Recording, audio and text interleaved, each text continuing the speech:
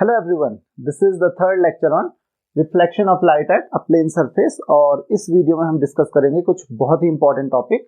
सबसे पहले उनमें आपके पास आता है application of refraction of light. तो आज हम एप्लीकेशंस के बारे में समझते हैं कि जो रिफ्रैक्शन ऑफ लाइट है उससे हमको क्या फायदे होते हैं, क्या कहाँ कहाँ पे हम उनको यूज कर सकते हैं, कहाँ कहाँ पे हम उनको देख सकते हैं, ऑब्जर्व कर सकते हैं।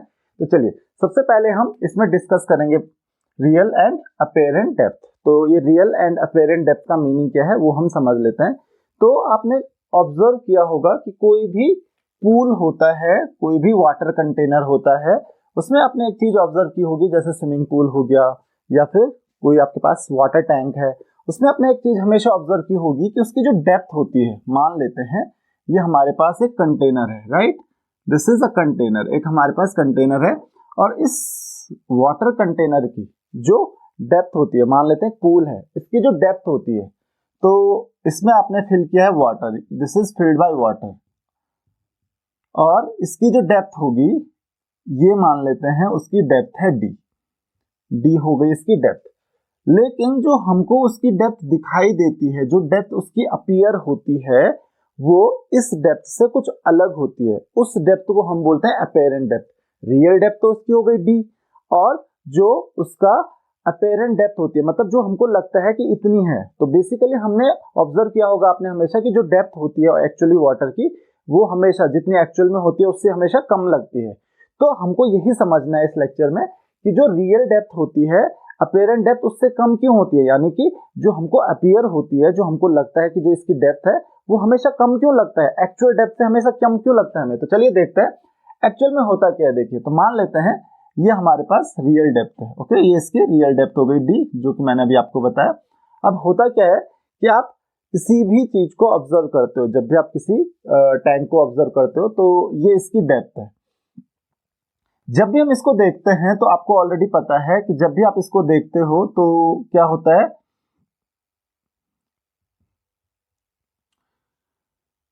आप अपनी आईज से इसको देखते हो तो यहाँ पे होता है रिफ्रैक्शन ऑफ लाइट। जब लाइट यहाँ से पास होती है तो लाइट कुछ इस तरीके से जाती है, लाइट जाती है कुछ इस तरीके से, और यहाँ पे ये हो गया आपका नॉर्मल, और लाइट जाएगी कुछ इस तरीके से। तो ये जो लाइट जा रही है वो इस तरीके से पास हो रही है, लेकिन यह आपके आईज से जो लाइट जाती है वो कुछ इस तरीके से पास होती है। लेकिन एक्चुअल में होता क्या है, एक्चुअल में होता क्या है कि जो आपको जो फील होता है, आपको क्या लगता है कि लाइट है ये बिल्कुल स्ट्रेट लाइन में जा रही है, आपको बिल्कुल स्ट्रेट लाइन में जाते हुए लगती है, क्योंकि हमें तो इस चीज का फील नहीं होता है ना कि लाइट ऐसे बेंड हो रही है, हमको तो सीधा आगे दिखता है। तो हमको क्या लगता है लाइट कैसे जा रही है, यहाँ पे इस तरीके से जा रही है। तो देखिए होता क्या है कि जब भी कोई लाइट रे आई, मान लेते हैं यहाँ से लाइट रे आई और यहाँ से लाइट रे आपकी आईज में गई, तो आपको तो ये लगता है ना कि लाइट रे, क्योंकि लाइट रे तो यहाँ से बेंड होकर आपके आईज में आ रही है, और आपको क्या लगता है कि लाइट रे क्या है, सीधे आपकी आईज में आ रही है। तो एक्चुअल में जो डेप्थ है, ओके, एक्चुअल में जो डेप्थ है वो है ये डी, और आपको जो अपीयर हो रही है वो है ये अपीयरेंट डेप्थ। ओके, तो चलिए समझ लेते हैं। मान लेते हैं सबको हम अलग अलग पॉइंट नाम दे देते हैं। मान लेते हैं पॉइंट ओ है, ये पॉइंट ए है, ये पॉइंट बी है, ये पॉइंट मान लेते हैं ये आई है। ओके, नाउ अब एक काम करते हैं हम, तो देखिए लाइट रे यहाँ से आ रही है और इस तरीके से पास हो रही है, तो इस पॉइंट को आप, ये जो एंगल है इसको आप कह सकते हैं एंगल ऑफ इंसिडेंस आई, और ये वाला जो एंगल है this may be called angle of refraction, that is R. तो सेम यही चीज आप यहाँ पे अप्लाई कीजिए, क्योंकि ये एंगल ऑफ रिफ्रैक्शन है। तो ये जो टोटल एंगल है, ये वाला पूरा बड़ा एंगल, ये क्या हो गया, एंगल ऑफ रिफ्रैक्शन, ये वाला एंगल हो गया आपका आर, और क्योंकि ये आई है तो ये वाला एंगल भी क्या हो जाएगा, आई हो जाएगा। ये वाला आर जो है, ये आर क्यों होगा, क्योंकि आपको पता है वर्टिकली अपोजिट एंगल तो दोनों इक्वल होंगे, तो ये बड़ा एंगल और ये वाला एंगल आई हो जाएगा। क्यों, क्योंकि आपको पता है दोनों पैरेलल लाइंस हैं, तो जो आपके अल्टरनेट एंगल्स हैं ये और ये दोनों अल्टरनेट एंगल्स होंगे तो दोनों इक्वल हो जाएंगे। तो देखिए ये एंगल भी आई है, ये एंगल भी आई है, तो इस पॉइंट का नाम ओ है, इसको मैंने आई रख लिया, इसको मैंने बी रख लिया। चलिए अब हम देखते हैं यहाँ पे अगर हम बात करें साइन आई की, तो साइन आई आप लोगों को ऑलरेडी पता है, ये आई हो गया, तो साइन आई इक्वल टू कितना हो जाएगा, A B by B O, A B by B O. उसी तरीके से जो आपके पास साइन आर होगा, साइन आर, आर एंगल कौन सा मैंने आपको बताया, आर ये वाला एंगल है, ओके, और ये एंगल जितना होगा ये एंगल भी आपको ऑलरेडी पता है, ये एंगल भी कितना हो जाएगा फिर आर हो जाएगा, सेम वर्टिकली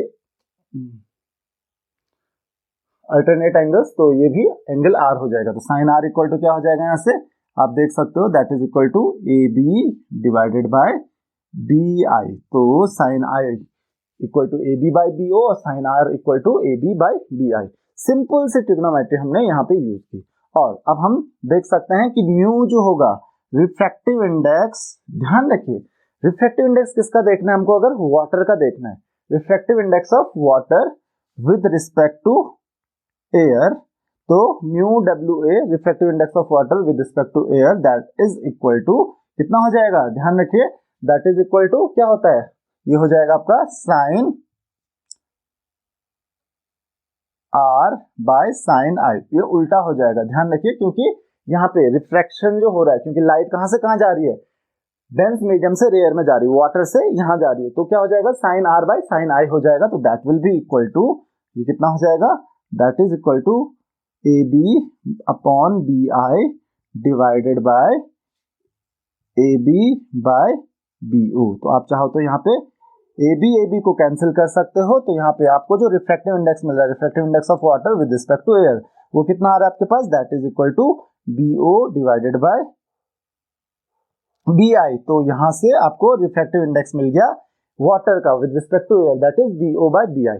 अब हम एक काम करते हैं, क्या काम करते हैं हम, B O by B I, क्योंकि देखिए आपको पता है कि जब भी हम किसी चीज को डेप्थ देखते हैं तो ये पॉइंट बी पॉइंट जो है वो ए के बहुत ही ज्यादा क्लोज होता है, इतना ज्यादा क्लोज होता है कि हम पॉइंट बी और पॉइंट ए को सेम एज्यूम कर लेते हैं। इसका मतलब बी की जगह पे मैं ए भी लिख सकता हूं, तो आप कह सकते हो कि जो रिफ्रैक्टिव इंडेक्स होता है वाटर का विद रिस्पेक्ट टू एयर, तो दैट इज इक्वल टू कितना हो जाएगा, बी की जगह पे मैंने क्या कहा, मैं ए लिख सकता हूं, that is A O by A I. और आपको पता है ए ओ क्या है, A O is the real depth, तो आप कह सकते हो म्यू डब्ल्यू इक्वल टू क्या हो जाएगा, that is equal to real depth by apparent depth.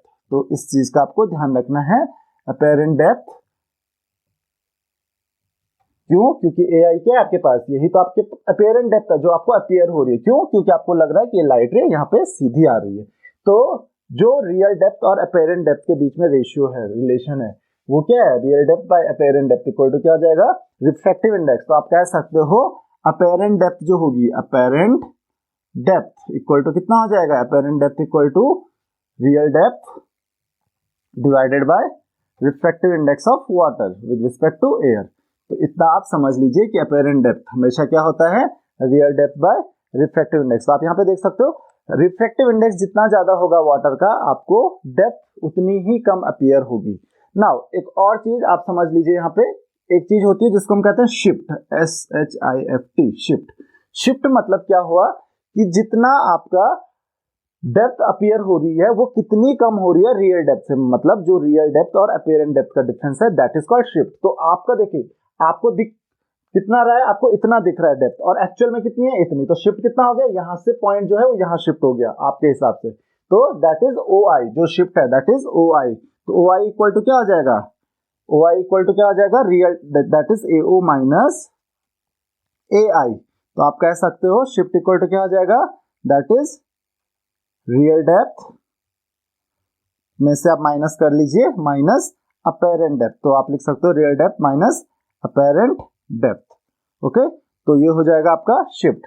तो आप चाहो तो रियल डेप्थ को आप चाहो तो डी लिख लो minus apparent depth. Apparent depth को आप क्या लिख सकते हो, that is real depth, that is D by mu W A. तो आप चाहो तो डी को यहाँ से कॉमन ले लो, तो डी आपने कॉमन ले लिया यहाँ से, और मुझे मिला के यहाँ से 1 minus 1 by mu W A. तो आई होप कि आपको ये चीज समझ में आ गई होगी कि जो शिफ्ट है वो कैसे हम कैलकुलेट कर सकते हैं। शिफ्ट का मीनिंग क्या हुआ कि जो आपका डिफरेंस है रियल डेप्थ और अपीयरेंट डेप्थ के बीच में, दैट इज शिफ्ट। इतना आपका विजन जो है वो शिफ्ट हो चुका है, इतना जो डेप्थ है वो शिफ्ट हो चुकी है, कम हो चुकी है। तो कितनी डेप्थ कम हुई है, that is real depth minus apparent depth, और that is equal to D into 1 minus 1 by mu W A. तो ये है आपका अपीयरेंट डेप्थ और शिफ्ट। नाउ एक और पॉइंट हमको डिस्कस करना है यहाँ पे, that is apparent bending of pencil और स्टिक अंडर वाटर। तो जो पेंसिल और स्टिक है, पेंसिल है या कोई स्टिक है, अंडर वाटर आपने रखी है, वाटर में कोई पेंसिल रखी है, स्टिक रखी है, तो आपने देखा होगा कि जब भी आप वाटर में रखते हो किसी पेंसिल को या किसी स्टिक को, तो आपको बेंड सी दिखती है, वो आपको सीधी नहीं दिखती है। तो उसका भी हम रीजन समझते हैं कि ऐसा होता क्यों है। तो चलिए समझते हैं।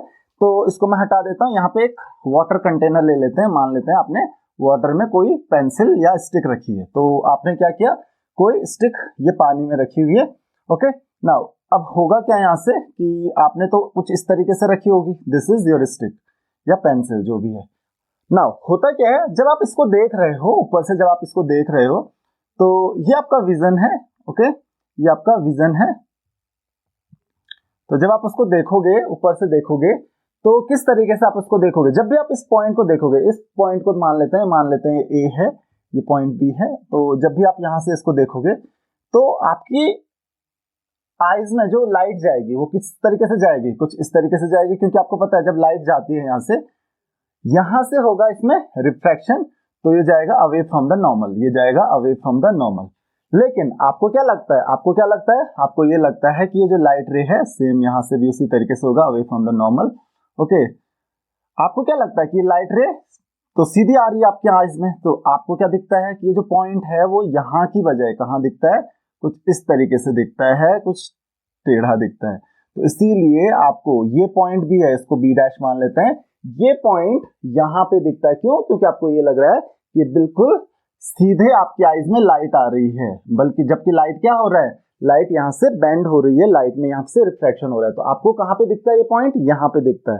तो उसी तरीके से पॉइंट क्या हो जाते हैं, क्योंकि आपने अभी देखा कि जो शिफ्ट होता है, क्योंकि रिफ्रैक्शन की वजह से जो अपीयरेंट डेप्थ होती है कुछ और लगती है, तो ये जो पॉइंट है वो थोड़ा ऊपर आपको दिखेगा। तो इसकी वजह से पॉइंट बी जो है वो आपको यहाँ पे ना लग के यहाँ पे फील होता है कि वो पॉइंट यहाँ पे, तो इसी वजह से यहाँ पे जो पेंसिल का जो पार्ट है वो आपको यहाँ दिखेगा। तो इसीलिए पेंसिल आपको थोड़ा सा क्या दिखती है, बेंड दिखती है, जब भी आप इसको वाटर में इमर्ज करके रखते हो। तो आई होप कि आपको ये चीज भी समझ में आ गई होगी कि कोई भी पेंसिल है या स्टिक है, आपको बेंड क्यों दिखती है, उसको आप सीधा क्यों नहीं देखते हो जब आप उसको वाटर में इमर्ज करते हो।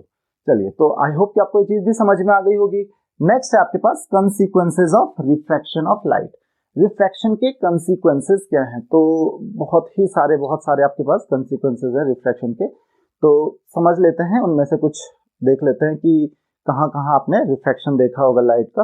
तो सबसे पहले एक आध कंसीक्वेंसेज तो आपको यहीं पे देखने को मिल गए कि जो सबसे पहले मैंने बताया कि जो डेप्थ होती है पूल की, या फिर कोई भी आपका स्विमिंग पूल है या कोई भी वाटर बॉडी, वाटर टैंक है, उसकी जो डेप्थ होती है, अगर उसमें पानी भरा हुआ है तो उसकी डेप्थ जो होती है वो कम लगती है एक्चुअल डेप्थ से। क्यों?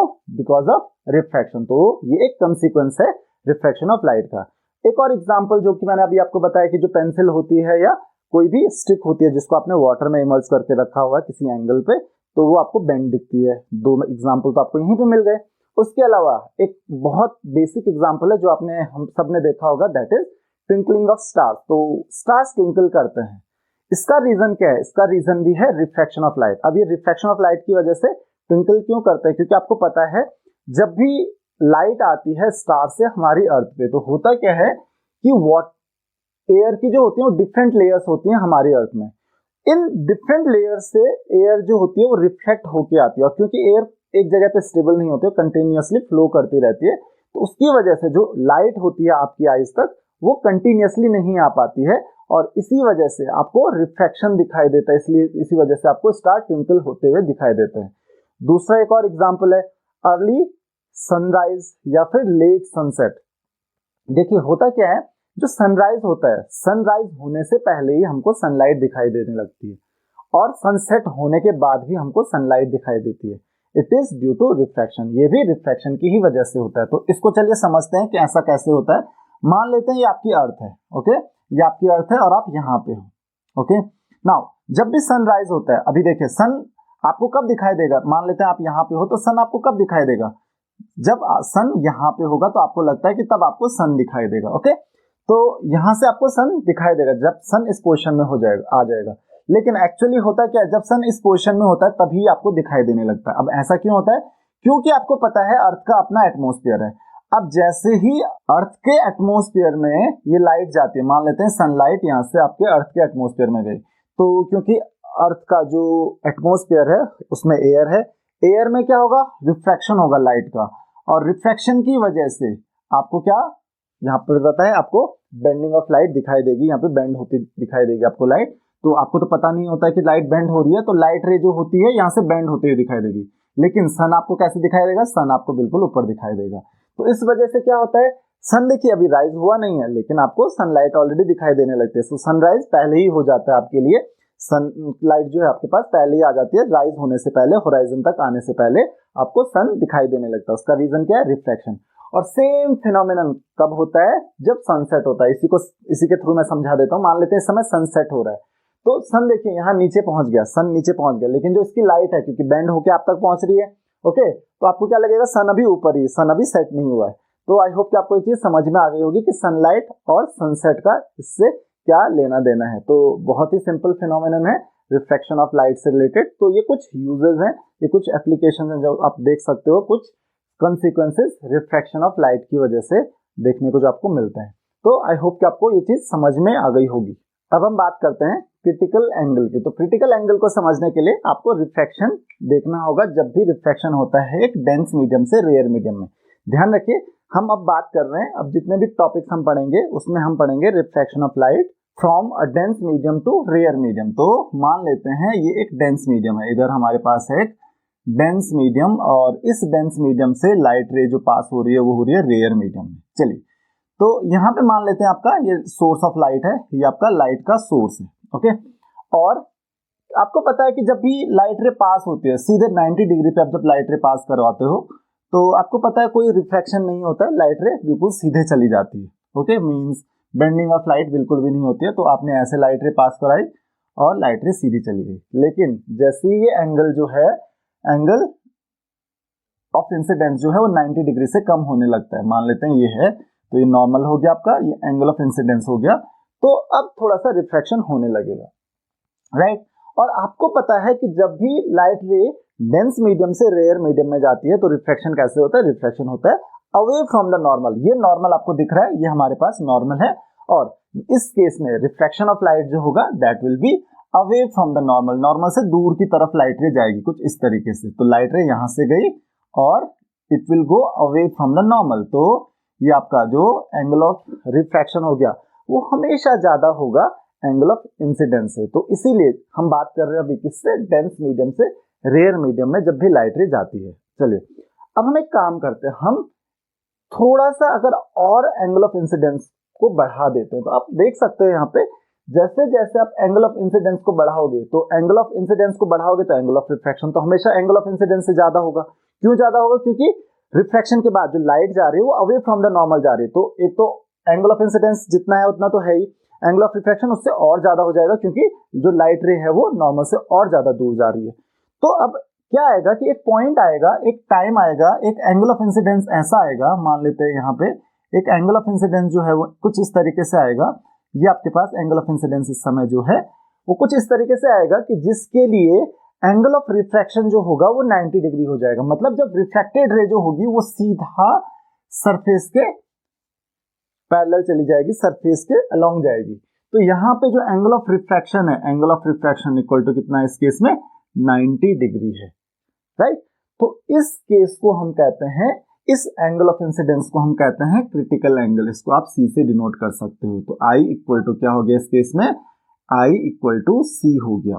तो क्रिटिकल एंगल की डेफिनेशन क्या हो गई कि the angle of incidence for which angle of refraction is 90 degree when a light ray passes from a dense medium to rare medium is called critical angle। तो क्या कहा मैंने कि जब भी लाइट रे पास होती है एक डेंस मीडियम से रेयर मीडियम में, ध्यान रखिए रेयर से डेंस के लिए इम्पॉसिबल है, रेयर से डेंस के लिए हो ही नहीं सकता, क्योंकि आपको पता है एंगल ऑफ इंसिडेंस कभी 90 डिग्री से ज्यादा नहीं हो सकता है। और जब भी लाइट रे रेयर से डेंस में आती है तो लाइट रे जो है वो किसकी तरफ जाती है, नॉर्मल की तरफ जाती है, अवे फ्रॉम द नॉर्मल नहीं जाती है। रेयर से डेंस में अवे फ्रॉम द नॉर्मल नहीं जाती है। तो उस केस में आर जो होगा यानी कि एंगल ऑफ रिफ्रैक्शन जो होगा वो हमेशा एंगल ऑफ इंसिडेंस से कम होगा। तो भाई अगर आपको आर जो है 90 डिग्री रखना है तो आई की वैल्यू जो है एंगल ऑफ इंसिडेंस की वैल्यू 90 से ज्यादा होनी चाहिए, जो कि पॉसिबल नहीं है।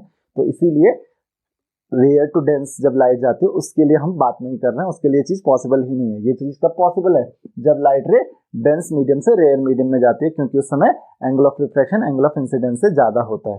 तो वो एंगल ऑफ इंसिडेंस जिसके लिए एंगल ऑफ रिफ्रैक्शन 90 डिग्री से ज्यादा होता है, उसको हम क्या कहते हैं, क्रिटिकल एंगल कहते हैं। और वो भी कब, जब लाइट डेंस मीडियम से रेयर मीडियम में जा रही हो। तो आई होप कि आपको ये चीज समझ में आ गई होगी कि क्रिटिकल एंगल का मीनिंग क्या होता है। तो जल्दी चलिए इसको थोड़ा सा आगे समझने की कोशिश करते हैं कि जो रिलेशनशिप है वो क्रिटिकल एंगल और रिफ्रैक्टिव इंडेक्स के बीच में क्या होता है। तो आपको ऑलरेडी पता है कि रिफ्रैक्टिव इंडेक्स जो होता है म्यू ऑफ जो डेंस मीडियम है, चलो वाटर ही मान लेते हैं इसको, W मान लेते हैं इसको, या इसको मीडियम 2 समझ लेते हैं, इसको मीडियम 1 समझ लेते हैं। तो refractive index of medium 2 with respect to 1, तो दैट इज इक्वल टू कितना हो जाएगा, आपको ऑलरेडी पता है कि that is equal to speed of light in this medium by speed of light in this medium. तो कितना हो जाएगा, that is equal to sine R by, जैसे हमने अभी लिखा था, that is equal to sine R by sine I. एक पर्टिकुलर केस है तो आप कह सकते हो mu 2 1 is equal to sine R. एक पर्टिकुलर केस के लिए आर की वैल्यू क्या है, आर की वैल्यू है 90 डिग्री, क्योंकि आपको पता है आर की वैल्यू आई की वैल्यू कुछ भी हो, आर और आई का जो रेशियो होता है, साइन आर और साइन आई, या साइन आई और साइन आर का जो रेशियो होता है वो हमेशा सेम रहता है। तो साइन 90 डिग्री बाय साइन आई, आई की वैल्यू क्या यहाँ पे सी है, तो साइन सी हो जाएगा रिफ्रैक्टिव इंडेक्स। तो refractive index of medium 2 with respect to 1 that is equal to sine 90 की वैल्यू क्या आती है 1 upon sine C, that is sine of critical angle. तो आप कह सकते हो कि refractive index of a medium is reciprocal of the sine of critical angle. जो क्रिटिकल एंगल का जो साइन थीटा होता है, साइन ऑफ क्रिटिकल एंगल, उसका रेसिप्रोकल है। तो 1 by sine C is equal to mu 2 1, यानी कि रिफ्रैक्टिव इंडेक्स ऑफ मीडियम 2। और आप कह सकते हो कि mu 2 1 is equal to cosec C. तो आप इस तरीके से भी लिख सकते हो, साइन सी का जो रेसिप्रोकल होगा वो कॉसेक सी हो जाएगा। तो आप ये भी लिख सकते हो। तो ये रिलेशन हो गया किसके बीच में, क्रिटिकल एंगल और रिफ्रैक्टिव इंडेक्स के बीच में। तो आई होप कि आपको इतना तो समझ में आ गया होगा कि रिलेशन क्या है क्रिटिकल एंगल और रिफ्रैक्टिव इंडेक्स के बीच में। चलिए अब इससे थोड़ा सा एक और स्टेप आगे बढ़ते हैं और समझते हैं कि ये टोटल इंटरनल रिफ्लेक्शन, रिफ्रैक्शन नहीं कह रहा हूं मैं, टोटल इंटरनल रिफ्लेक्शन की मैं बात कर रहा हूं कि टोटल इंटरनल रिफ्लेक्शन होता क्या है। जैसे कि मैंने बताया कि लाइट रे कहां से कहां जा रही थी, रेयर मीडियम में जा रही थी डेंस मीडियम से। तो देखिए सबसे पहले तो डेंस से रेयर में जब लाइट जा रही थी तो क्या हो रहा था कि किसी एंगल पे बेंड हो रही थी। जैसे आपने एंगल बढ़ाया, एंगल ऑफ इंसिडेंस इंक्रीज किया, तो एंगल ऑफ इंसिडेंस इंक्रीज करने पे क्या हो जा रहा है, ये जो एंगल ऑफ रिफ्रैक्शन है वो 90 डिग्री हो जा रहा है। अब एंगल ऑफ इंसिडेंस आप और ज्यादा बढ़ाते हो, यहाँ पे देखिए और ज्यादा मैंने बढ़ा दिया तो ये एंगल ऑफ इंसिडेंस जो है वो और बढ़ गया। इस केस में क्या होगा, तो इस केस में ध्यान रखिए, इस केस में क्या होगा कि जब एंगल ऑफ इंसिडेंस, ध्यान रखिए यहाँ पे एंगल ऑफ इंसिडेंस क्या है, दैट इज लेस देन सी, यहाँ पे एंगल ऑफ इंसिडेंस क्या है, दैट इज इक्वल टू सी, और यहाँ पे एंगल ऑफ इंसिडेंस क्या है, that is greater than critical angle. अब ये क्रिटिकल एंगल से और ज्यादा हो गया, तो उस केस में क्या होगा, उस केस में देखो भाई 90 डिग्री तो ऑलरेडी हो चुका था एंगल ऑफ रिफ्रैक्शन, अब 90 डिग्री से ज्यादा होगा तो क्या हो जाएगा, लाइट रे यहीं वापस आ जाएगी। तो जब भी angle of incidence critical angle से ज्यादा होता है तो उस केस में रिफ्रैक्शन नहीं होता है, उस केस में होता है रिफ्लेक्शन ऑफ लाइट। तो लाइट क्या होती है, सरफेस पे स्ट्राइक करके उसी मीडियम में वापस आ जाती है, and this is not refraction. इसको हम रिफ्रैक्शन नहीं कहते हैं, इसको हम कहते हैं रिफ्लेक्शन। तो this phenomenon is called total internal reflection, total internal reflection. Total क्योंकि टोटल लाइट, पूरी की पूरी लाइट जो है वो वापस आ जाती है, इंटरनल मतलब अंदर, उसी मीडियम में वापस आ जाती है, कि ये वाटर है मान लेते हैं, तो इसी मीडियम में अंदर ही वापस आ जाती है, बाहर नहीं जा पाती यहां से लाइट। तो टोटल इंटरनल रिफ्लेक्शन इसमें हो रहा है। तो what is total internal reflection, देखिए क्या कहा मैंने, when light passes from a dense medium to a rare medium. कभी भी लाइट जब एक डेंस मीडियम से एक रेयर मीडियम में जा रही है, and angle of incidence is greater than critical angle. Okay, angle of incidence अगर क्या है, क्रिटिकल एंगल से ज्यादा है, तो the light reflects from the surface in the same medium, it does not transmit to the rarer medium, rare medium में transfer होती नहीं है, रेयर मीडियम में ट्रांसमिट होती नहीं है, so it reflects back from the surface, so this phenomenon is called total internal reflection। तो आपको समझ में आ गया होगा कि कभी भी लाइट जब डेंस मीडियम से रेयर मीडियम में जा रही है और angle of incidence critical angle से ज्यादा, इसीलिए क्रिटिकल एंगल का बहुत ज्यादा इंपॉर्टेंस है यहाँ पे। एंगल ऑफ इंसिडेंस क्या है, क्रिटिकल एंगल से ज्यादा है, तो लाइट रे डेंस मीडियम से रेयर मीडियम में नहीं जा पाएगी, वो सरफेस से वापस ट्रांसफर हो जाएगी, ट्रांसमिट हो जाएगी उसी मीडियम में, उसका रिफ्लेक्शन होगा, और इसी फिनोमिनन को हम कहते हैं टोटल इंटरनल रिफ्लेक्शन। तो आई होप कि आपको ये चीज समझ में आ गई होगी कि टोटल इंटरनल रिफ्लेक्शन का मीनिंग क्या है। तो ये हो गया हमारे पास टोटल इंटरनल रिफ्लेक्शन। तो देखिए, टोटल इंटरनल रिफ्लेक्शन के लिए जो एंगल ऑफ इंसिडेंस है, एंगल ऑफ इंसिडेंस वो क्या होना चाहिए, क्रिटिकल एंगल से ज्यादा होना चाहिए। तो अगर क्रिटिकल एंगल से ज्यादा है तो हमेशा टोटल इंटरनल रिफ्लेक्शन होगा। और ध्यान रखिए, जब लाइट क्या कर रही हो, डेंस से रेयर में जा रही हो, रेयर से डेंस के लिए फिनोमिनन पॉसिबल नहीं है, तो इतना आप समझ लीजिए। तो आई होप कि आपको ये चीज तो समझ में आई गई होगी। चलिए अब बात करते हैं हम total internal reflection in a prism. तो किसी भी प्रिज्म में टोटल इंटरनल रिफ्लेक्शन किस तरीके से होता है,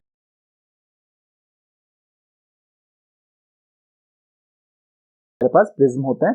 तो आप जो प्रिज्म का सरफेस होता है, जो ट्रायंगुलर सरफेस होता है, तो आपको तीन तरीके का आपको मिल सकता है। सबसे पहला हम बात करते हैं एक ऐसा प्रिज्म जिसमें ये दोनों एंगल जो होते हैं वो 45 डिग्री के होते हैं। एक 45 डिग्री का ये एंगल हो गया, दूसरा 45 डिग्री का ये एंगल हो गया, तीसरा एंगल क्या हो जाएगा इसमें, अगर 90 डिग्री का होगा। तो इस तरीके का कोई प्रिज्म अगर है तो इसमें टोटल इंटरनल रिफ्लेक्शन किस तरीके से होता है। तो टोटल इंटरनल रिफ्लेक्शन समझने के लिए आपको क्रिटिकल एंगल का पता होना चाहिए कि क्रिटिकल एंगल कितना होता है। तो ध्यान रखिए, प्रिज्म के लिए जो क्रिटिकल एंगल की वैल्यू होती है लगभग 43 के आसपास होती है, 42-43 के आसपास होती है। तो इसका क्रिटिकल एंगल 42-43 डिग्री के आसपास होती है। यानी कि अगर एंगल ऑफ इंसिडेंस 42-43 डिग्री से ज्यादा होता है तो आपको रिफ्लेक्शन मिलेगा, रिफ्लेक्शन नहीं देखने को मिलेगा। तो चलिए, तो मान लेते हैं हम हमेशा क्या करेंगे, एक लाइट रे पास करवाएंगे रेयर मीडियम से डेंस मीडियम में। तो हम क्या करते हैं, यहां से इधर को हम लाइट रे पास करते हैं। तो क्या कर सकते हैं, यहाँ पे जब भी लाइट रे यहां से यहां पास होगी तो आपको पता है, क्योंकि इस समय जो आपका एंगल ऑफ इंसिडेंस है वो 0 डिग्री है, क्योंकि परपेंडिकुलर जा रही है। नॉर्मली लाइट रे पास हो रही है तो बेंडिंग नहीं होगी लाइट की।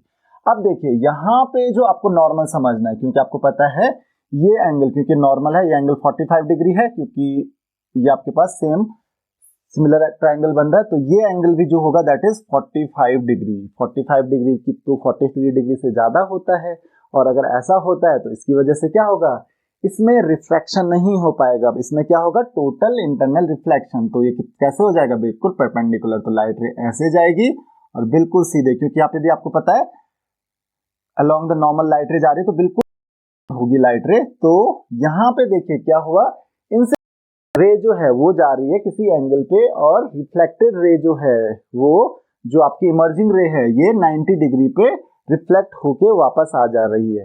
तो यहाँ पे आप देख सकते हो, यहाँ पे 90 डिग्री पे ये इमर्ज रे आपको मिल रही है। तो अगर आपको कोई भी लाइट रे 90 डिग्री से रिफ्लेक्ट करवानी है तो आप एक प्रिज्म का यूज कर सकते हो इस तरीके से। तो आई होप कि आपको ये चीज समझ में आ गई होगी कि इसका आप कैसे यूज कर सकते हो। चलिए एक दूसरा सिनेरियो देखते हैं, दूसरा केस देखते हैं कि उस केस में क्या होता है। तो देखिए, कोई भी लाइट रे हो, मान लेते हैं लाइट रे यहाँ से जा रही है, ये दूसरी लाइट रे यहाँ से जा रही है, तो वो इस तरीके से पास हो जाएगी। तो मान लेते हैं यहाँ पे पास आपके पास कोई ऑब्जेक्ट है पी क्यू, तो ये पी वाली जो लाइट रे वो यहाँ पे है, इसको पी डैश मान लीजिए, और यहाँ पे आपको क्यू डैश। उस ऑब्जेक्ट का जो साइज है, कुछ शेप है जो आपको इस तरीके से मिल रहा है। तो ये ऑब्जेक्ट है, ये ऑब्जेक्ट हो गया, और ये उसकी इमेज हो गई। तो इस तरीके से आपको ये देखने को मिल जाएगा।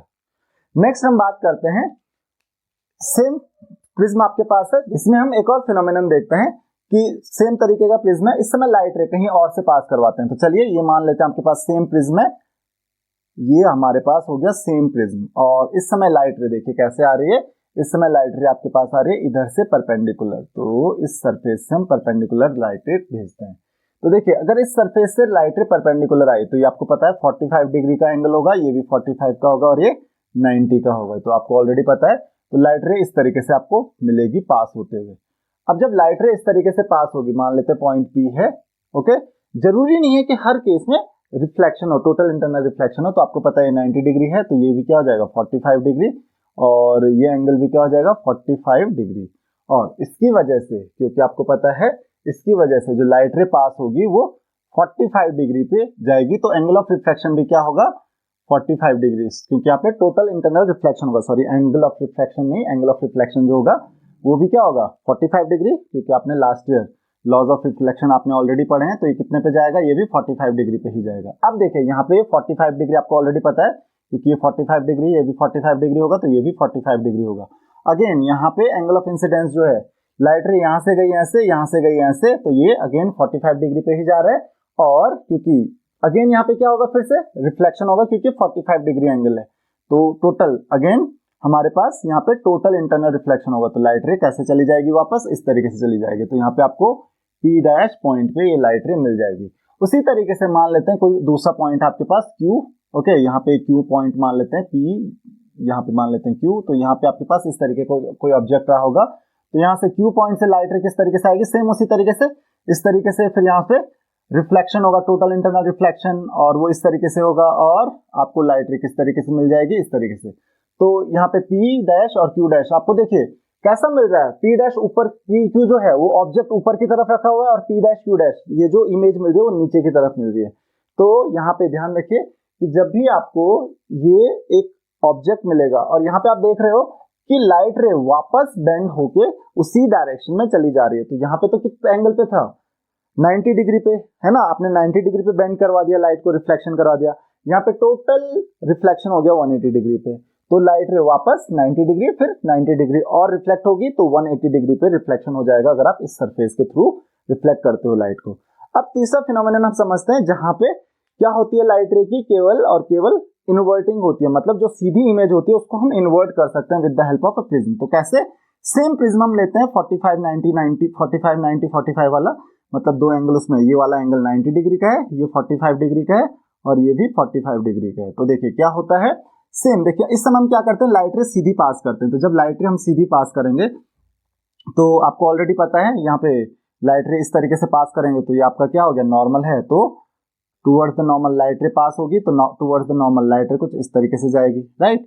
उसी तरीके से जब आपको पता है कि ये जो एंगल ऑफ इंसिडेंस है ये 45 डिग्री से ज्यादा हो जाएगा, इस केस में आप देख ही सकते हो यहाँ पे, तो ये 45 डिग्री से ज्यादा हो जाएगा, तो यहाँ पे क्या होगा, टोटल इंटरनल रिफ्लेक्शन होगा। तो टोटल इंटरनल रिफ्लेक्शन होगा तो लाइट रे किस तरीके से जाएगी, इस तरीके से बेंड होगी लाइट रे, और इस तरीके से बाहर आ जाएगी। तो यहाँ पे मान लेते हैं P पॉइंट है, ये आपको यहाँ पे मिल गया P डैश। चलिए एक और पॉइंट ले लेते हैं, ये Q पॉइंट ले लेते हैं यहाँ पे, तो PQ, ये पॉइंट हो गया Q, ओके। तो चलो या तो फिर इस पॉइंट को आप Q मान लेते हैं, हम इस पॉइंट को हम P मान लेते हैं, तो ये Q डैश हो जाएगा अगर ये Q है, तो पॉइंट P इसको मान लेते हैं। तो पॉइंट P से लाइट रे इसी तरीके से जाएगी, इसी तरीके से बेंड होगी, और आपको मिलेगी कहाँ पे, आपको मिलेगी कुछ इस तरीके से बेंड होगी, और सेम फिनोमेनन यहाँ पे भी होगा, तो यहाँ पे P डैश हो गया। तो आप देख सकते हो जो ऑब्जेक्ट की जो इमेज मिल रही है आपको वो उल्टी मिल रही है, PQ ऊपर की तरफ है और P डैश Q डैश आप देख सकते हो नीचे की तरफ है। तो यहाँ पे क्या हो रहा है, टोटल इंटरनल रिफ्लेक्शन की वजह से जो इमेज है आपको वो इन्वर्टेड मिल रही है। तो आई होप कि आपको ये चीज भी समझ में आ गई होगी कि कैसे इन्वर्टेड इमेज आप गेन कर सकते हो with the help of this. तो ये है आपका टोटल इंटरनल रिफ्लेक्शन का एक एप्लीकेशन। तो यहाँ पे आप देख सकते हो, आप चाहो तो दूसरे कलर से मैं आपको बता देता हूँ कि जो Q वाली लाइट रे है वो इस तरीके से जा रही है, राइट, और P वाली जो लाइट थी वो इस तरीके से जा रही है। तो यहाँ पे आपको जो इमेज मिलेगी बिल्कुल उल्टी देखने को मिलेगी। तो ये तो था कौन से टाइप के प्रिज्म में जिसमें एंगल क्या होते हैं, 90 45 45, दो एंगल 45 डिग्री के होते हैं। लेकिन अगर एक ऐसा प्रिज्म है जिसमें तीनों एंगल्स क्या है 60 डिग्री के होते हैं, तो उसमें देखिए क्या होने वाला है। तो एक प्रिज्म ले लेते हैं हम जिसमें तीनों एंगल 60 डिग्री के हैं। कौन सा वाला था, 45 45 एंड 90 डिग्री वाला प्रिज्म। दूसरा केस किसका ले लेते हैं हम, तो इसमें मैंने तीन केसेस देखे, तीन केसेस याद रखिए कैसे कैसे, जब जो आपका एक साइड थी अदर देन हाइपोटेन्यूज उससे हमने पास की लाइट रे, तो तब 90 डिग्री पे होती है, और जो हाइपोटेन्यूज वाली साइड होती है उस साइड से आप अगर परपेंडिकुलर लाइट रे पास करते हो तो आपको टोटल इंटरनल रिफ्लेक्शन की वजह से जो लाइट रे देखने को मिलेगी वो 180 डिग्री पे वापस मुड़ती हुई दिखने को मिलेगी। और इस केस में तीसरा केस हमने क्या किया, जो पैरेलली लाइट रे भेजी, किस साइड के पैरेलल, जो आपकी हाइपोटेन्यूज है उसके पैरेलली लाइट रे भेजी, तो आपको यहाँ पे क्या देखने को मिलेगा, टोटल इंटरनल रिफ्लेक्शन एक बार होगा, उसकी वजह से आपको इन्वर्टेड इमेज देखने को मिलेगी। चलिए अब हम नेक्स्ट टॉपिक पे आ जाते हैं, जहां पे हमारे पास जो एंगल होगा ये क्या होगा, 45 45 90 डिग्री की वजह से 60 60 60, तीनों एंगल क्या होंगे 60 60 60 डिग्री के होंगे। तो यहाँ पे देखो, यहाँ पे सिर्फ एक ही केस हम बनाएंगे, कौन सा, क्योंकि तीनों एंगल सेम है तो किसी भी साइड से कर लो, तीनों साइड तो एक जैसी होंगी। फिर यहाँ पे क्या थी, दो साइड से एक जैसी थी, तो दो में से किसी एक के पास, एक के थ्रू पास कराओगे और तीसरी साइड अलग थी, तो ये दो केसेस अलग बन रहे थे और एक तीसरा केस बन रहा था। तो यहाँ पे क्या करते हैं हम, लाइट रे पास करवाते हैं। तो इस केस में देखिए क्या होता है, हमने क्या किया, लाइट रे, क्योंकि ये सारे 60 डिग्री के एंगल हैं तो सारे एंगल्स क्या होंगे इस केस में बराबर होंगे। अब हमने क्या किया, किसी साइड के परपेंडिकुलर लाइट रे पास करवाई, तो आपको पता है लाइट रे बिल्कुल सीधी जाएगी, कुछ इस तरीके से जाएगी। अब देखिए अगर सीधी जा रही है लाइट रे, बिल्कुल सीधी जा रही है, तो आपको ऑलरेडी पता है कि ये आपको पता है 60 डिग्री का एंगल है और ये 90 डिग्री का है, तो ऑब्वियसली 30 डिग्री का होगा। इसका मतलब एंगल ऑफ इंसिडेंस इस केस में, इस पॉइंट के लिए क्या हो जाएगा, ये जो वाला जो एंगल होगा ये 60 डिग्री हो जाएगा, यानी कि 45 से ज्यादा है। आपको मैंने बताया कि क्रिटिकल एंगल लगभग 43 के आसपास होता है, अगर उससे ज्यादा आता है तो टोटल इंटरनल रिफ्लेक्शन होगा। तो इस केस में यहाँ पे क्या हो जाएगा, टोटल इंटरनल रिफ्लेक्शन हो जाएगा। तो ये अगर 60 डिग्री है तो यहाँ पे भी 60 डिग्री के आसपास पे टोटल इंटरनल रिफ्लेक्शन हो जाएगा। तो ये सीधी लाइट रे इस तरीके से बेंड हो जाएगी। तो आई होप कि आपको ये चीज समझ में आ गई होगी कि किस तरीके से ये लाइट रे बेंड होती है। यहाँ पे देखिए, यहाँ पे रिफ्लेक्शन नहीं होगा, तो आप एंगल चेक कर लीजिए। देखिए 60 डिग्री का है, ओके, ये 30 डिग्री का हो जाएगा आपके लिए, क्योंकि 90 डिग्री है, तो ये फिर से 60 डिग्री का ये एंगल हो जाएगा। ये भी 60 डिग्री का होगा, एंगल ऑफ रिफ्लेक्शन 60 डिग्री का होगा। अब देखिए 60 डिग्री का है, ओके, ये एंगल 60 डिग्री का है और ये 30 डिग्री का हो जाएगा। तो फिर ये क्योंकि 60 डिग्री का, तो 90 डिग्री पे जा रही है लाइट रे, तो बिल्कुल सीधे लाइट रे यहाँ पे जा रही है। तो क्योंकि 90 डिग्री पे लाइट रे जा रही है, तो बिल्कुल सीधे लाइट रे चली जाएगी यहाँ से। तो 60 एंड 60, तो यहाँ पे आप देख सकते हो लाइट रे सीधी आई और 60 प्लस 60 यानी कि 120 डिग्री पे रिफ्लेक्ट होकर लाइट रे चली गई, राइट। तो ये एक केस था इसका। तो आई होप कि आपको ये केस समझ में आ गया होगा कि इस केस में क्या हो रहा है जब तीनों एंगल 60 डिग्री के हैं। तो यहाँ पे आपको एक ही केस देखने को मिलेगा। अब एक और केस समझ लेते हैं हम। तो देखो पहला केस क्या था, 45 45 90, दो एंगल 45 के एक 90 का। दूसरा केस क्या है, जब तीनों एंगल 60 डिग्री के। और एक तीसरा केस भी ले लेते हैं हम प्रिज्म में, अगर हमारे पास तीनों एंगल्स अलग अलग हैं, 30 60 और 90 डिग्री के। तो अगर हमारे पास इस केस में तीनों एंगल्स अलग अलग हैं, तो यहाँ पे देखिए तीनों एंगल्स अलग अलग होंगे, तो तीनों साइड्स अलग टाइप की होंगी। तो मुझे यहाँ पे अगेन तीन अलग अलग केसेस देखने को मिलेंगे। हम तीन अलग अलग केसेस की बात यहाँ पे करने वाले हैं। तो यहाँ पे आप समझ लीजिए, तो हम एक नया स्ट्रक्चर बनाएंगे, नया फिगर बनाते हैं इसके लिए। तो हमारे पास तीन अलग अलग केसेस यहाँ पे बनेंगे। तो यहाँ पे मैंने आपको ऑलरेडी बताया, ये 30 डिग्री का एंगल हो गया, ये हमारे पास 60 डिग्री का एंगल हो गया और ये हमारे पास 90 डिग्री का एंगल हो गया। तो चलिए हर तरफ से पास करते हैं लाइट रे। तो तीन अलग अलग केसेस बनेंगे, एक बार इस साइड से पास करेंगे 30 डिग्री वाले के बगल से, एक बार इस साइड से और एक बार हाइपोटेनस से। तो चलिए पास करते हैं लाइट रे। तो देखिए जब भी लाइट रे 30 डिग्री वाले साइड्स के बगल से इस साइड से पास होगी, तो आपको पता है बिल्कुल इस तरीके से पास होगी और ये एंगल जो होगा हो जाएगा 60 डिग्री। और क्योंकि आपको पता है ये आपके पास क्या है, ये आपके पास नॉर्मल है, ओके, तो ये एंगल हो जाएगा, क्योंकि 60 डिग्री होगा तो ये 30 डिग्री हो जाएगा। यानी कि एंगल ऑफ इंसिडेंस इस केस में देखिए कितना हो रहा है, 30 डिग्री हो रहा है, जो कि क्रिटिकल एंगल से कम है। तो इस केस में टोटल इंटरनल रिफ्लेक्शन नहीं हो पाएगा। तो क्या हो जाएगा, लाइट रे सीधे चली जाएगी बाहर, रिफ्लेक्शन हो जाएगा। और रिफ्लेक्शन कैसे होगा, क्योंकि यहाँ पे डेंस मीडियम से रेयर मीडियम में लाइट रे जा रही है, तो अवे फ्रॉम द नॉर्मल चली जा रही है लाइट। तो आई होप कि आपको ये केस समझ में आ गया होगा कि इस केस में आपके साथ क्या होने वाला है। तो ये एक केस है जहां पे टोटल इंटरनल रिफ्लेक्शन नहीं होने वाला है, यहाँ पे क्या होगा, रिफ्लेक्शन ऑफ लाइट होगा। तो अगर आप इस साइड से लाइट रे को पास करते हो तो आप समझ सकते हो कि हो क्या रहा है यहाँ पे। सेकंड केस हम मान लेते हैं। सेकंड केस हमारे पास क्या है, सेकंड केस है हमारे पास, अगर हम 60 डिग्री वाली साइड से लाइट रे को पास करते हैं। तो 60 डिग्री वाली साइड से लाइट रे को पास करते हैं, मतलब 60 डिग्री वाले की जो एडजेसेंट साइड है उससे अगर हम लाइट रे को पास करते हैं, तो ये 60 डिग्री आपके पास हो गया, ये 30 डिग्री आपके पास हो गया। तो लाइट रे को चलिए पास करते हैं यहाँ से। तो जब भी लाइट रे यहाँ से जाएगी 60 डिग्री से होते हुए जाएगी, तो चलिए लाइट रे को कुछ इस तरीके से हम भेजते हैं। तो लाइट रे गई कुछ इस तरीके से परपेंडिकुलर, ध्यान रखिए परपेंडिकुलर भेजिए उस सरफेस के, ताकि रिफ्लेक्शन ना हो पाए। तो लाइट रे कुछ इस तरीके से गई, आपको पता है ये एंगल 30 डिग्री हो जाएगा। तो एंगल ऑफ इंसिडेंस जो होगा यहाँ पे ये हो जाएगा आपके पास 60 डिग्री। तो यहाँ पे 60 डिग्री हो रहा है, ऑब्वियसली क्रिटिकल एंगल से बहुत ज्यादा है। तो यहाँ पे रिफ्रैक्शन की जगह क्या होगा, टोटल इंटरनल रिफ्लेक्शन होगा। तो लाइट रे वापस 60 डिग्री पे मुड़ जाएगी, 60 डिग्री पे लाइट रे क्या हो जाएगी, बेंड हो जाएगी। तो 60 डिग्री पे लाइट रे बेंड हो जाएगी। और यहाँ पे आप देख सकते हो क्योंकि ये 60 डिग्री का एंगल है, तो ये 30 डिग्री का एंगल होगा, है ना। और ये एंगल क्योंकि 30 डिग्री का 90 प्लस 30, तो ये एंगल भी आपका 30 डिग्री का हो जाएगा। अगेन यहाँ पे रिफ्लेक्शन होगा, न कि टोटल इंटरनल रिफ्लेक्शन। तो लाइट रे यहाँ से गई, फिर यहाँ पे गई, और आपको पता है इस केस में कैसे जाएगी light ray, away from the normal. तो away from the normal light ray कुछ इस तरीके से बेंड हो जाएगी। तो लाइट रे यहाँ से गई, फिर टोटल इंटरनल रिफ्लेक्शन एक जगह पे हुआ, और फिर यहाँ से लाइट रे बेंड होके अवे फ्रॉम द नॉर्मल चली गई।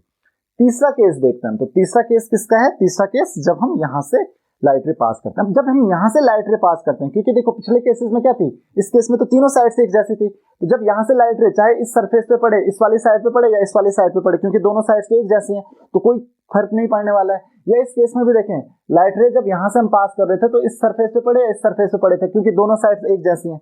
लेकिन यहाँ पे फिर से दो अलग अलग केसेस बनेंगे, या तो लाइट रे इस वाली सरफेस से पड़ेगी कब, जब आप इधर पास करोगे, इधर करोगे तो इस वाली सरफेस से पड़ेगी। कोई बात नहीं, हम दोनों केसेस को देख लेते हैं। तो पहला केस देख लेते हैं, वही 60 30 फिर 60 और 90, तो ये हो गया आपका 30 डिग्री का एंगल, ये हो गया आपका 60 डिग्री का एंगल, और ये हो गया आपका 90 डिग्री का एंगल। तो देखिए जब भी लाइट रे पास हो रही है एक मीडियम से दूसरे मीडियम में, तो होता क्या है, यहाँ से देखिए, यहाँ से लाइट रे जा रही है इस मीडियम में, ओके, ये हम लाइट रे भेज देते हैं इस तरीके से।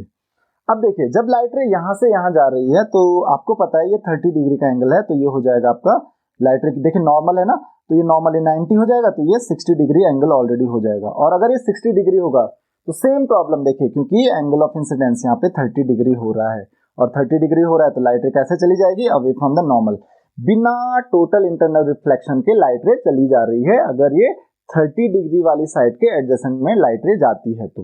लेकिन अगर हम केस अलग कर दें, लास्ट केस हम देख लेते हैं।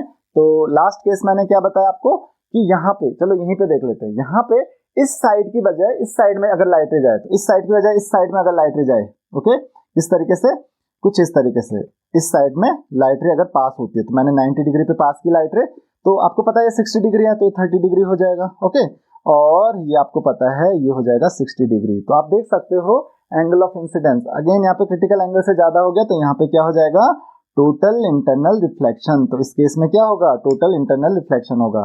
तो मैं एक काम करता हूँ, इसको मैं अलग कलर से बनाता हूँ ताकि आपको कंफ्यूजन ना हो।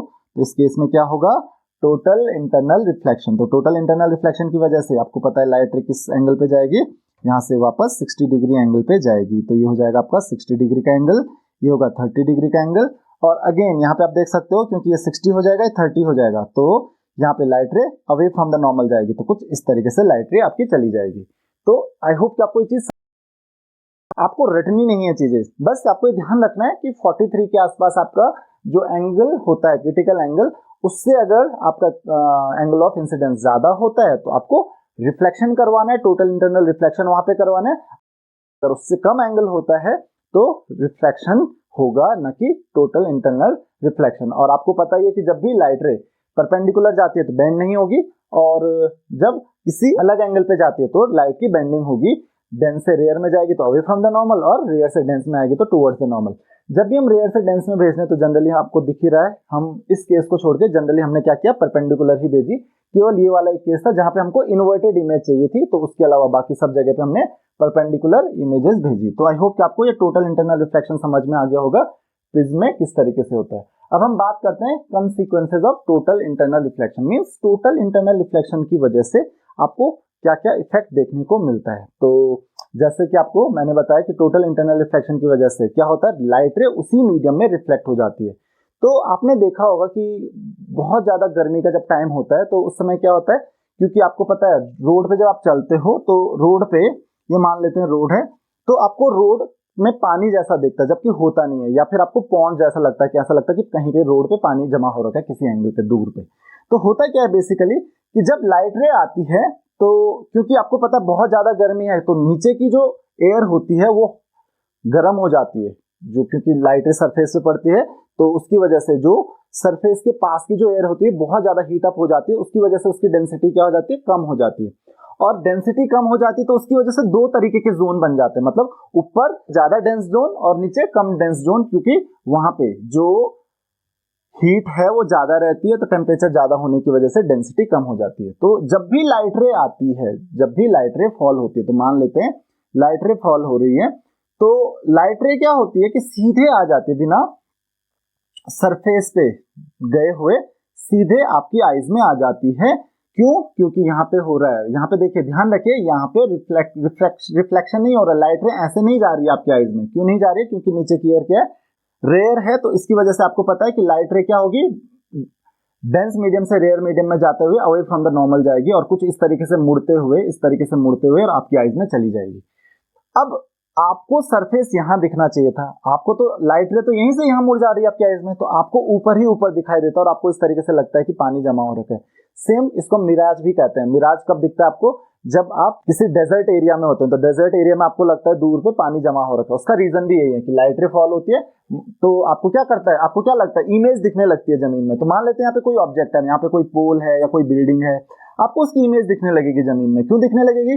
क्योंकि यहाँ से देखिए, यहाँ से जब लाइट रे फॉल होगी तो यहाँ से लाइट रे ऐसे जाने की बजाय क्या होगी, ऊपर से यहाँ पे सीधा बेंड होने लगेगी लाइट रे। तो यहाँ पे टोटल इंटरनल रिफ्लेक्शन होने लगेगा, और रिफ्लेक्शन की वजह से, क्योंकि इस बिल्डिंग का रिफ्लेक्शन आपको नीचे दिखाई देगा, तो आपको लगता है कि यहाँ पे पानी जमा हो रखा है। और सेम चीज आपको डेजर्ट में भी दिखाई देने लगेगा कि दूर पे कोई पेड़ है तो आपको उसकी इमेज नीचे दिखाई देने लगती है और आपको लगता है कि वहां पे पानी जमा हो रखा है। तो मिराज उसको हम कहते हैं, उसको हम कहते हैं मिराज। तो मिराज जो है वो एक रिजल्ट है किसका? टोटल इंटरनल रिफ्लेक्शन का। तो काफी इंपॉर्टेंट रिजल्ट है ये टोटल इंटरनल रिफ्लेक्शन का। इसके अलावा आपने देखा होगा डायमंड जो होता है, डायमंड बहुत ज्यादा चमकता है, बहुत ज्यादा स्पार्कल करता है, उसका रीजन भी यही होता है, उसमें होता है टोटल इंटरनल रिफ्लेक्शन। और उसी टोटल इंटरनल रिफ्लेक्शन की वजह से डायमंड इतना ज्यादा स्पार्क करता है, इतना ज्यादा चमकता है। उसके अलावा आपने और एग्जांपल्स देखे होंगे, जैसे टेस्ट ट्यूब होती है, तो आप कभी देखना टेस्ट ट्यूब को अगर आप पानी में डाल देते हो तो किसी एंगल पे देखने पे वो आपको शाइनिंग सा दिखता है, शाइन होता हुआ दिखता है। वो भी क्यों होता है? टोटल इंटरनल रिफ्लेक्शन की वजह से। उसके अलावा जो ग्लास होता है, कहीं पे आपने देखा होगा क्रैक कहीं पे हो जाता है ग्लास, तो जहां पे क्रैक होता है वहां पे आपको अलग ही शाइनिंग सा कलर दिखाई देने लगता है। अगेन वहां पे भी क्या होता है? टोटल इंटरनल रिफ्लेक्शन होता है। तो आई होप कि आपको ये चीज समझ में आ गई होगी कि टोटल इंटरनल रिफ्लेक्शन के कंसिक्वेंसेस क्या होते हैं। अब हम बात करते हैं कि टोटल इंटरनल रिफ्लेक्शन के यूजेस हम कहां पे कर सकते हैं, क्योंकि जनरली देखिए टोटल इंटरनल रिफ्लेक्शन में हम प्रिज्म यूज कर सकते हैं। तो इसका एक यूज भी बता देता हूं मैं आपको कि जो आपकी ऑप्टिकल केबल्स होते हैं उसमें हम टोटल इंटरनल रिफ्लेक्शन का यूज करते हैं, नॉर्मल रिफ्लेक्शन का यूज नहीं करते हैं। तो वही समझते हैं हम कि टोटल इंटरनल रिफ्लेक्टिंग प्रिज्म हम यूज कर सकते हैं instead of plane mirror. Plane mirror की जगह पे हम total internal reflecting prism use कर सकते हैं। अगर मुझे 90 डिग्री पे लाइट रे को रिफ्लेक्ट करवाना है, 180 डिग्री पे करवाना है, तो उसके लिए मैं क्या यूज कर सकता हूँ? Total internal reflecting prism use कर सकता हूँ। अब क्वेश्चन ये है कि भाई प्लेन मिरर ही क्यों ना यूज करें, हम टोटल इंटरनल रिफ्लेक्टिंग प्रिज्म ही क्यों यूज करें? तो ध्यान रखिए, टोटल इंटरनल रिफ्लेक्शन का एक बहुत ही इंपॉर्टेंट बेनिफिट होता है। जब भी टोटल इंटरनल रिफ्लेक्शन होता है तो 100% of the light is reflected. पूरी की पूरी लाइट रे जो होती है वो रिफ्लेक्ट हो जाती है टोटल इंटरनल रिफ्लेक्शन से। बट जब भी लाइट रे जो होती है उसमें एक सिंपल रिफ्लेक्शन होता है, जब सेम मीडियम से उसी मीडियम में वापस जाती है। जनरली जो सिंपल रिफ्लेक्शन होता है, मिरर में जो रिफ्लेक्शन होता है, उसकी वजह से जो लाइट रे होती है, मींस पूरी की पूरी लाइट रे रिफ्लेक्ट नहीं हो पाती है, कुछ लाइट रे मिरर एब्जॉर्ब कर लेता है। तो इसकी वजह से, क्योंकि पूरी की पूरी लाइट रे नहीं रिफ्लेक्ट हो पाती है, तो आपको जो इमेज मिलती है वो उतनी प्रॉपर नहीं मिलती है, उतनी हाई क्वालिटी इमेज नहीं मिलती। जितनी लाइट रे, अगर पूरी की पूरी लाइट रे रिफ्लेक्ट हो जाएगी तो आपको जो इमेज देखने को मिलेगी बहुत ही हाई क्वालिटी की मिलेगी। और इसीलिए हम यूज कर सकते हैं टोटल इंटरनल रिफ्लेक्टिंग प्रिज्म का। तो इसीलिए टोटल इंटरनल रिफ्लेक्शन का जो फिनोमेनन है हम ऑप्टिकल केबल्स में भी यूज करते हैं, क्योंकि आपको पता है ऑप्टिकल फाइबर्स जो होते हैं उसमें हम क्यों यूज करते हैं? क्योंकि वहां पे आपको पता है टोटल इंटरनल रिफ्लेक्शन से क्या फायदा होता है कि यहाँ पे loss of the light rays नहीं होता है, एब्जॉर्प्शन नहीं होता है लाइट रे का। पूरी की पूरी लाइट रे क्या हो जाती है? रिफ्लेक्ट हो जाती है। तो पूरी की पूरी लाइट रे रिफ्लेक्ट हो जाती है, तो इसलिए आपको कितनी भी दूर उस लाइट रे को आप भेजो, आपको बहुत अच्छी क्वालिटी की इमेज मिलेगी। तो ऑप्टिकल केबल्स में इसीलिए हम किसका यूज करते हैं? टोटल इंटरनल रिफ्लेक्शन का ही यूज करते हैं। तो आई होप कि आपको ये चीज समझ में आ गई होगी कि क्यों हम total internal reflecting prism use कर सकते हैं। जनरली कैमरा वगैरह में हम यूज करते हैं टोटल इंटरनल रिफ्लेक्टिंग प्रिज्म, वो इसीलिए करते हैं ताकि आपको हाई क्वालिटी इमेज फॉर्म होके मिल जाए। तो आई होप कि आपको लेक्चर समझ में आ गया होगा। और नॉर्मल रिफ्लेक्शन, जो प्लेन मिरर में जो रिफ्लेक्शन होता है या मिरर में जो रिफ्लेक्शन होता है, और टोटल इंटरनल रिफ्लेक्शन में सबसे बड़ा डिफरेंस यही है कि टोटल इंटरनल रिफ्लेक्शन में 100% लाइट रेज रिफ्लेक्ट हो जाती हैं। नॉर्मल रिफ्लेक्शन में, जो मिरर में जो रिफ्लेक्शन होता है, उसमें 100% लाइट रिफ्लेक्ट नहीं हो पाती है। तो this is all in this lecture. I hope कि आपको ये सारी चीजें समझ में आ गई होंगी। आपको अगर कोई भी डाउट है, कोई भी क्वेरीज है, तो आप मुझे कमेंट्स में, फेसबुक पे, इंस्टाग्राम पे, कहीं पे भी क्वेश्चंस पूछ सकते हो। See you in the next lecture. Thank you very much.